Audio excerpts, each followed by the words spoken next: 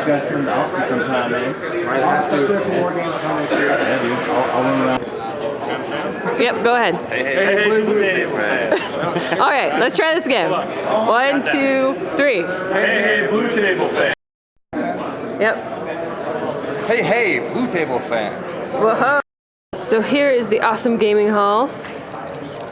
Right now they're getting ready for the charity team tournament, which Dave and Thomas are going to play in. They're going to be Blood Angels and Space Marines. I think this table is pretty neat. It's a lava monster table, a Necron table, and a Dark Eldar table. Got this asset sheet which lets you buy things like orbital bombardments, re-rolling dice, stuff like that. And it's pretty awesome because all proceeds go to the Wounded Warrior Project, and it's going to be interesting. What assets are you buying? Or ranked fire. Those Didn't do the smoke run? 2 smoke runs and... Are we out of tokens? 8 orbital bombardments. Out of 200? 8 orbital bombardments. So next year, I'm just gonna I kind of thought 200. I got a big good. stick. I'm sorry. 2 smoke runs and 8 orbital bombardments. Two smallers waiting for the army list. You good, Dave? I got 2 untouchables, and they were pricey, so they better be worth it. That lets me reroll field armor saves. I got 3 razor sharps, which I'm going to use to get to reroll failed 2 wounds, and then I got 5 orbital bombardments. Now you can't blow them all in one game. You guys got 3 rounds. Well, I can. We could blow them all in one round and just buy some more. If I play somebody particularly deserving. I am now. No, How are you feeling after your first game? really good. I mean, it was great. And they were probably the best opponents I've played in the tournament in a very long time. They're awesome. The last time I played such a great opponent was the first round of the crazy tournament at Adepticon, the one with the super heavies, and I landed a bunch of drop pods within 6 inches of his Bane Blade, vortex grenaded his Bane Blade, blew his entire squad up. All of his guys came on. Vulcan and Lysander stood against the whole platoon by themselves for 2 rounds of combat, and I obliterated poor kid. Like, I got max points, but I mean, he didn't do anything. The insult to injury was he had a flyer, and I blew it up with a Stormbolt. But he was great about it. He was just an awesome opponent. And so here's to you, all of you awesome, awesome people who get your asses kicked and are totally nice about it. Great. I can't capitalize on that. Awesome. Those guys were totally awesome. Totally cool. That had to hurt getting kicked in the stones by your own army. By the way, that guy's name is Wesley. So your final game, how'd it go? You know, it was looking pretty bad until Gazgul. We had a null zone on Gazgul, 3 invone saves for him. He'd wad, so he had 2 up invone. He rolled like a 4-5-5 or something, had to re-roll, rolled triple once. You told him to do it. I told him to do it. It was a 1 in 216 chance that he was going to roll triple anything, and he rolled triple once. So he died, and that was the tipping point. That was it. That cost him the game. You guys were playing Blood Angels And orcs. Yeah, pretty insane. We played orcs all day. We played orcs every round. So we just found out the results. How'd you do? We won. Ha They won't announce it till Sunday officially. Nice. So, good times.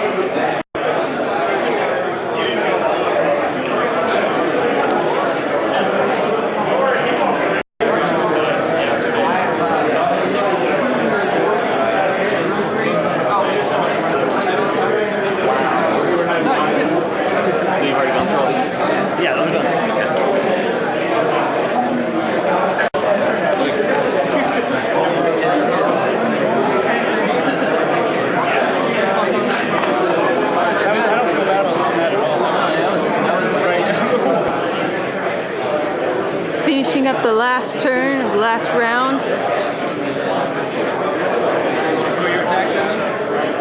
Thank you very, very much. Thank all of your stores for hosting a qualifier round. And if you don't have a qualifier at your store, we're going coast to coast next year. So please have your store owners contact me at feastoflands@gmail.com. And we're going to go ahead and go into the team tournament. Woo!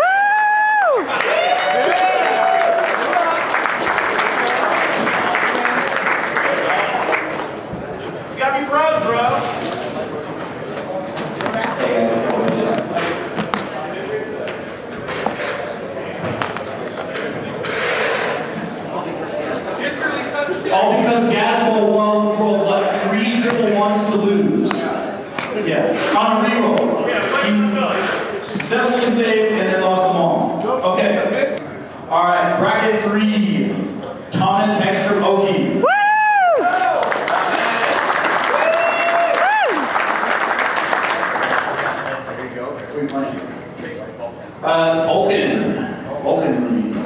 Thank you. All right, so the top bracket. What's your armies?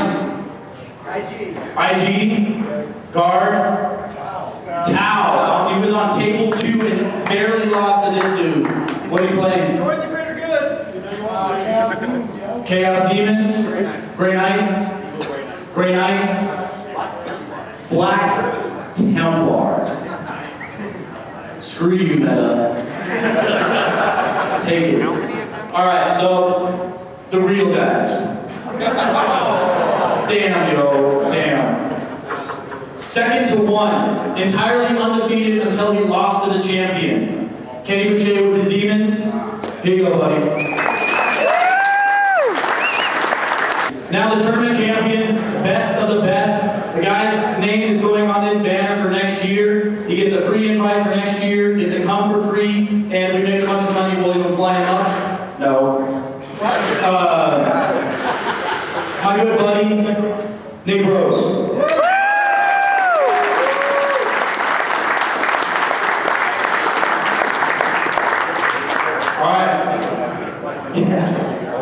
All right, guys, thank you for coming out again. Hopefully you all had a great time.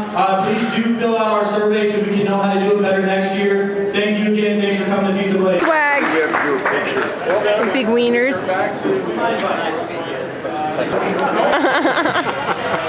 How was the tournament? It was good. I think it was a unique situation to 40K tournaments. They ran it with different brackets, and you were placed like with a placement game.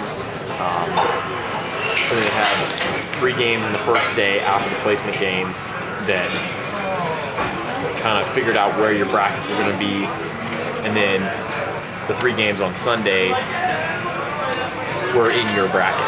So once you had gotten your final score during Saturday, or the 4th game Saturday, then Sunday everybody had been split into brackets and stuff. And There was 7 brackets, right? There was 7 brackets. So then they had brackets after that, and there were prizes for each bracket. Pittsburgh might lose to the Ravens. Dave wants that to happen, even though, ironically enough, he's wearing a Steelers hat. So well, I'm wearing a Steelers hat because they beat New England last week. Steelers are one of my I favorite absolutely teams. hate New England. Anybody beats New England, I'm buying that. Even the Denver Broncos, much as I hate them too. That won't ever happen unless Tom Brady like breaks his neck randomly. But yeah, no, the tournament was good. I think the most fun I had this weekend overall, though, there's 2 games I played with the same guy. His name's Brent Clearfield. I remember his last name. He's got his own podcast. Offtopic.com. Offtopical.com. And he was a phenomenal person to play with. Great opponent. One of the best sportsmen I've ever met. Just amazing. We played a game on Saturday, and he hadn't really figured out how the synergy of his army yet. And I knew exactly how to beat him, and so I beat him. And then one day later, less than 24 hours later, we're playing again, and he figured it out. He knew how to play me. He made up for all his mistakes. He outplayed me. Everything. I ended up winning only because the dice luck totally left him the last turn. By any other term, any way you look at it, he had won that game, and the dice went totally against him. He failed something like 10 or 12 Grey Hunter saves, just regular saves, and he just roll after roll. He just dropped guys. My Vulcanist fan, when it was in close combat with his what's the Space Wolf Lord? Logan. He was in combat with Logan. Vulcan had already lost 2 wounds. And Vulcan did 3 wounds, does 3 wounds, only has 3 attacks, does 3 wounds to Logan. Logan didn't save one. Logan did roll back and kill Vulcan, but it was like And it was insane. It was a total game changer to have Logan just go down in one shot like that. And that's the game that put you on the top table That is for the final game in bracket 3. Yeah, yes, but the worst part of that was even after he'd lost so many Grey Hunters and Logan in a close combat, the worst part was they 2 rolls in a row. He's trying to move rhinos over difficult terrain and immobilize both of them. One right after the other. He just rolled it, immobilized, crap. Goes to the next one, rolled it, immobilized, holy crap. And that was a big deal because he was moving the rhinos and they were full of troops. Right. And he was going to park them on objectives. He was going to yes, the main objective of the game was objectives. So, yeah, that totally was totally messed. But like I said, great opponent. Best opponent I played the entire weekend. Close second was Dean from Clearfield. Hi, Dean, if you ever see this. He almost made it to the top table. Oh yeah. Dean actually beat me. The only game I lost this weekend was against Dean. Really phenomenal Tau player. Great game. But I think the best part of this tournament. They tried to make it so. They tried to make it so that it was super balanced. Like we had all the same terrain on all the tables. It was different, but it was all like the same shape. Yeah, and all the same hills shape, all the same sizes, kind of thing. We had the scenarios were all made so that no matter what, somebody was going to win. There was no ties possible. And some of the games were really close. Like I played a game where I won by 100 victory points. It was meant to be a very competitive tournament, and it was the invitational, so you already had to have won a tournament somewhere else to be invited. One of the tournaments that local game stores put on specifically for Feast of Blades, as if you're the top person or top couple people, then you are invited to this other tournament. So that was really cool. But I think the most fun that I had this weekend really was playing with Dave when we did the team tournament together, and we won the Wounded Warrior team tournament. We were first place, and we got some sweet wooden swords for winning, and had some great games there. We had probably the coolest roll of the entire tournament. Gazgul Thraka is in combat with us, just wrecking our day. I do three wounds to him, invulnerable wounds. He has a cyborg body, so regularly he's 5 up invuln. And we also had Null Zone in play. Well, he can call his Wah whenever, and that gives him a 2 up invuln the turn he does it. So he calls his Wah right after I do the wounds. He rolls two 5s and a 4 or something like that. So he's totally made a save, but he has to re-roll him because of Null Zone. Well, I'm saying, because it's figured it out, 1 in 216 chance that he's going to roll 3 of the same number, and even a higher chance to roll, or smaller chance, to roll specifically 3 1s. And I said, roll 3 1s, whatever, just do it, because that's the remaining amount of wounds he has. He rolled 3 1s. It was, out of this world. If they hadn't done that, they probably would have won the game. But the Gazgul Thraka dying. Well, Dave disagrees. He thinks that you guys would have won anyway. We blew up enough other vehicles. I killed that Knob squad. I did have guys coming down the ladder with the melta-guns. Was that based on kill points? What was it? That was totally kill points. Gazgul Thraka dying was worth 3 kill points to us, and kept 2 kill points of ours alive. That's a pretty big swing. And where, they still have Terminator and the Librarian and Gazgul Thraka that if we had not killed them, could have run around and done something else.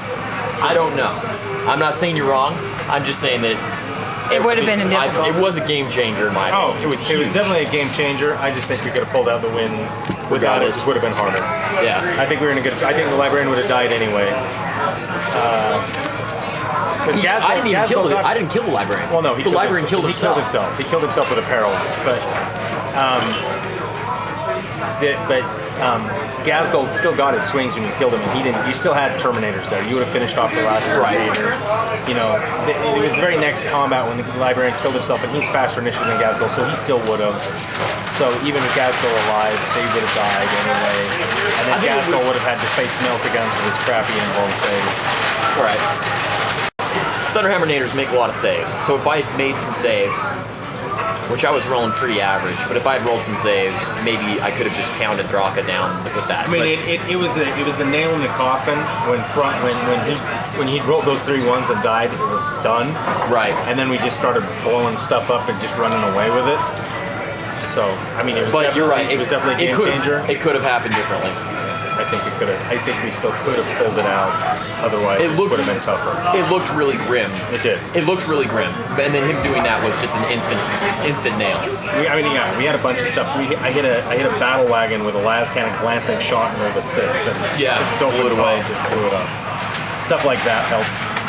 So you want to go back next year? Oh yeah, man. I definitely suggest it to anybody who sees this video. Feast of Blades is amazing for all of its events. I hope it only grows bigger.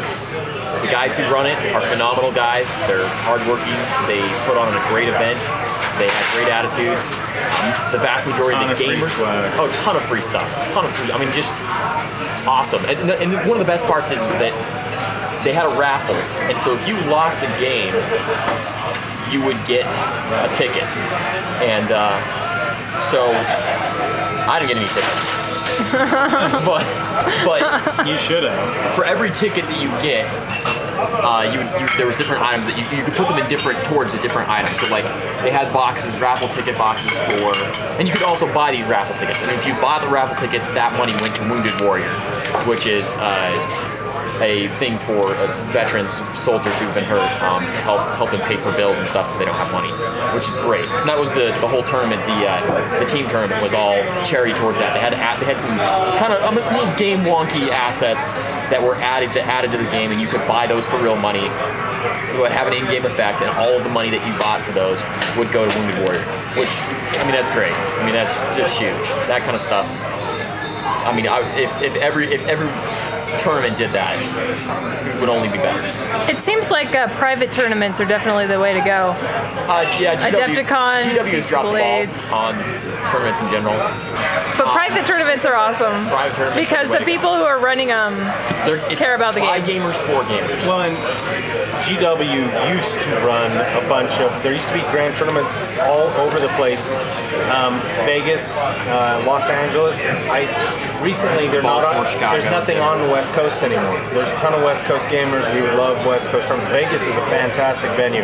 It's got affordable hotels. It's got stuff to do afterwards. I mean, for pacing, I've been to Adepticon a couple times. I've been now to Feast of Blades. I've been to some GTs. Feast of Blades is probably the best run. Adepticon is close second, and maybe it's just because of size. Maybe it's just that much harder to run that big of an event. Right. And then the GW tournaments have not been run as well, but I do like the pacing better. The number of games for a GT, the best one I played was in Vegas. It was only 5 games. 3 games on day 1, 2 games on day 2. Gives you a good hour and a half, a couple hours between games to unwind, to decompress, to talk to your buddies about what you did right, what you did wrong, how you totally should have won that game except your dice just suck and it's not your fault. All that kind of stuff that you talk about, get something to eat and relax. When you have that breakneck speed of put your models away, get them in the case, you're going to be in another table in 15 minutes. The pace gets exhausting. The pacing was better here. It was better here than Adepticon was rough. Adepticon, it's really rough, especially if you do 3 days worth of game. It was awesome. It was a great event, but I was worn out. When I go back to Adepticon, I'm not playing all 3 days. I can't. 2 days and then take some classes. Yep. Or I may take a day off just to wander around. Yeah. No, it was.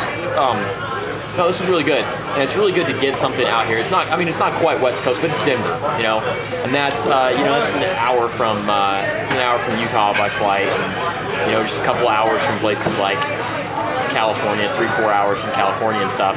It's way closer than going to Adepticon, which is Chicago, or going to GT or Games Day in Baltimore. Which is, if you were to drive in one of those, it's like a 35-hour drive, and a flight is, 6 hours or 9 hours with maybe a layover or something, and just way out there, more money. So this is great for Midwest to Western gamers, and that's really good. And Chandler and his staff have done a phenomenal job on that. Did you guys feel like the games were more competitive than Adepticon? Oh yeah, definitely. The whole invitational tournament, and I believe even the open tournament, though I didn't play in it, was all set up. The scenarios were just incredibly well written, everything was just much more competitive. Especially, yes, it was kind of annoying to have to play an extra game that only really counted to get the placement going on. But on the other hand, you couldn't run as competitive a tournament and a tournament that has as much balance to it as this one did without doing something like that. They just did a great job all around. And really, the way that they set it up is it didn't come down to, this guy has a couple more extra points because he got this unit to this place, or whatever the extra battle points are usually in tournaments. It was all, once you did the first mission, it was all win or loss. And they figured out to the point where the top seed of people, none of them had lost a game on day one, and then day two, they win. No, they had some of those. Oh, okay, a couple people. It was all some of it was based off of your initials, the first game score and stuff. But overall, they did. Most of the people in the top bracket hadn't lost a game. Right. They needed to fill the bracket up, so there was a few that had. They did a great job. Is what I'm trying to say. Yeah. And it was very competitive. Very some of the more competitive games I've played, and for the most part, like I said, really good opponents. So. Yeah, Dave, you had mostly good opponents too. I had mostly good opponents. I never had so many games where it came down to 9 victory points or something like that. I had a ton of those. Just really, where you're okay. So we're tied on the primary. On the secondary, let's add this up. Go down to the tertiary. Count victory points, that kind of stuff. Yeah, no, it was. I really liked the system because no matter what, they wanted one person to win or lose. There's no ties. So they had three objectives, and it would switch from game to game, but it would be a primary, secondary, tertiary. And if you won the primary, you win the game. If not, if you're tied, you go to the secondary. You win that, you win the game. If not, you go to tertiary. And if it's tied there, you go to victory points. And I don't think they had a tie in victory points. I think it's pretty close to impossible. There were a couple times where it was very close, like 9 points. But great experience, great swag. The raffle idea was really cool because they, like I said, you lose a game, you get more raffle tickets, or you could buy raffle tickets, and then they already told you ahead of time what they were raffling off, so you could put all your raffle tickets towards something that you cared about and wanted. And that was great for people who lost more games because they still had this chance that they were going to get something, and that's really cool.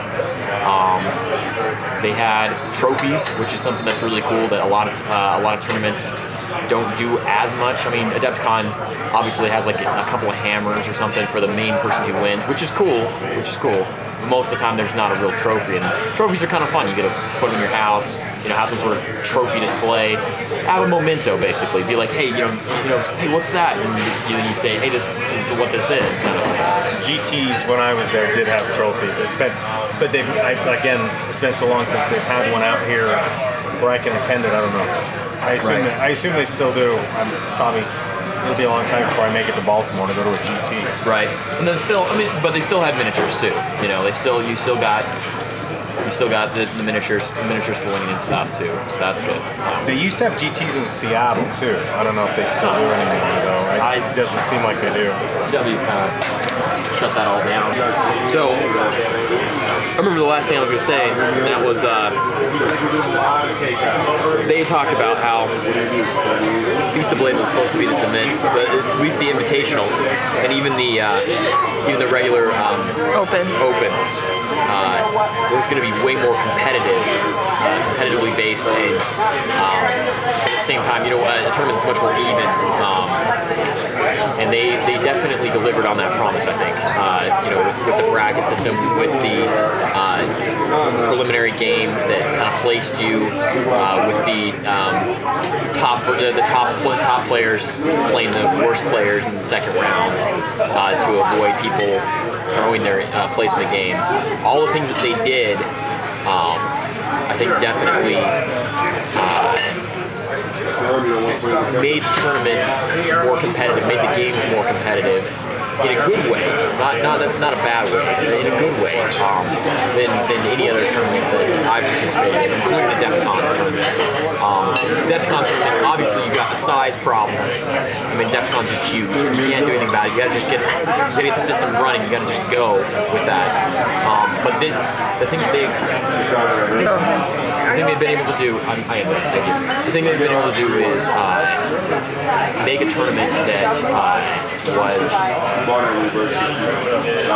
competitive, yet competitive in an even manner. So